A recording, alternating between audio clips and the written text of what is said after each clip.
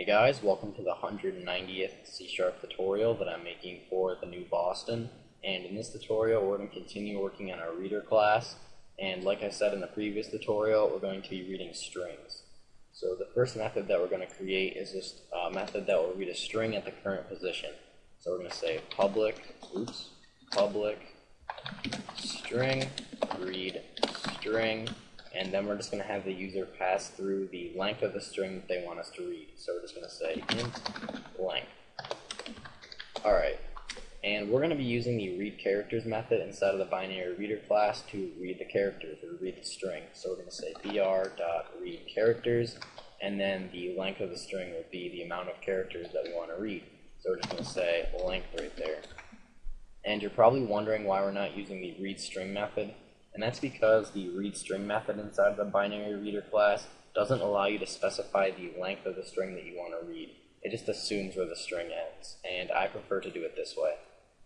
Alright, and since this returns a character array of all the characters that it read, we just need to convert that into a string. So we're just going to say new string, and then just pass this character array that this read characters method returns through the constructor of this string struct.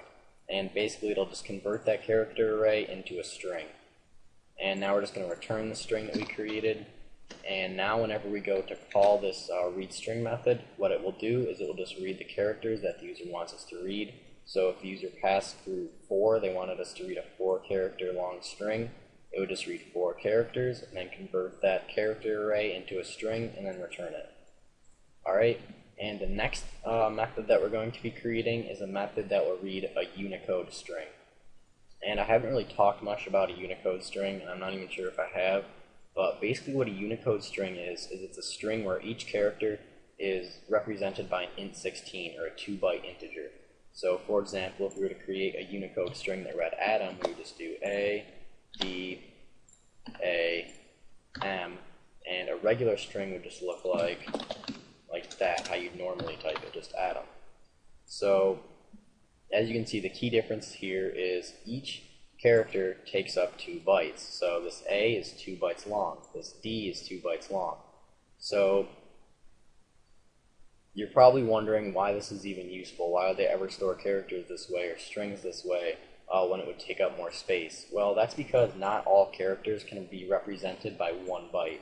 For example, a lot of characters in different languages, such as in Chinese or Japanese or Korean or something like that, a lot of the characters inside of their language you have to represent with 2 bytes. So if you were trying to write in Korean or something inside of one of your programs and you wanted to store that string, you would have to store it in Unicode string.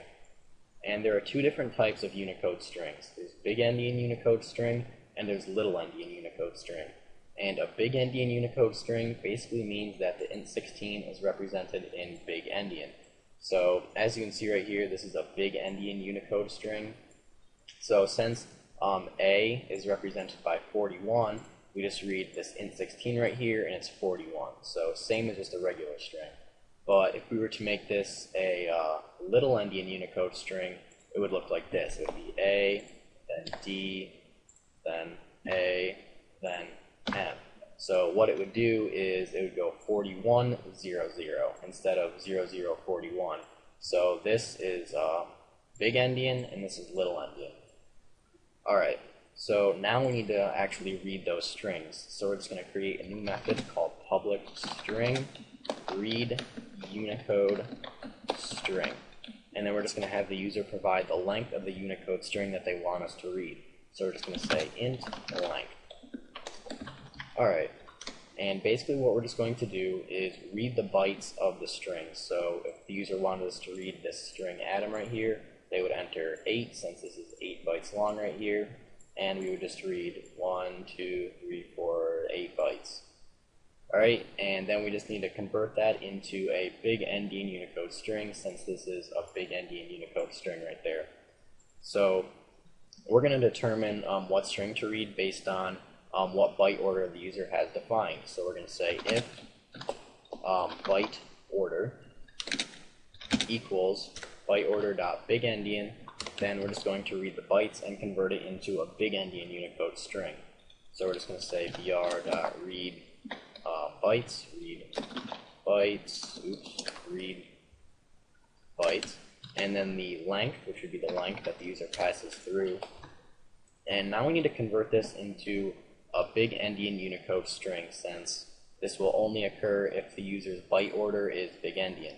And to do that, we're going to have to use the encoding class. So we're going to say encoding dot big endian Unicode, and then we're just going to want to get the string from bytes. So we're just going to use the getString method to convert it into a big endian Unicode string. And then we're just going to want to return this, since this getString method returns a string. So we're just going to say return. Alright, and then we're just going to want to have it return a little endian Unicode string if the user's byte order is little endian. So we're going to say else return encoding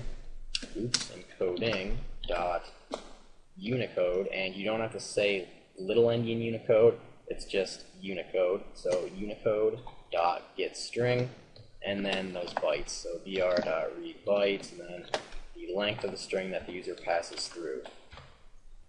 Alright, so that's pretty much it for this tutorial, so see you guys.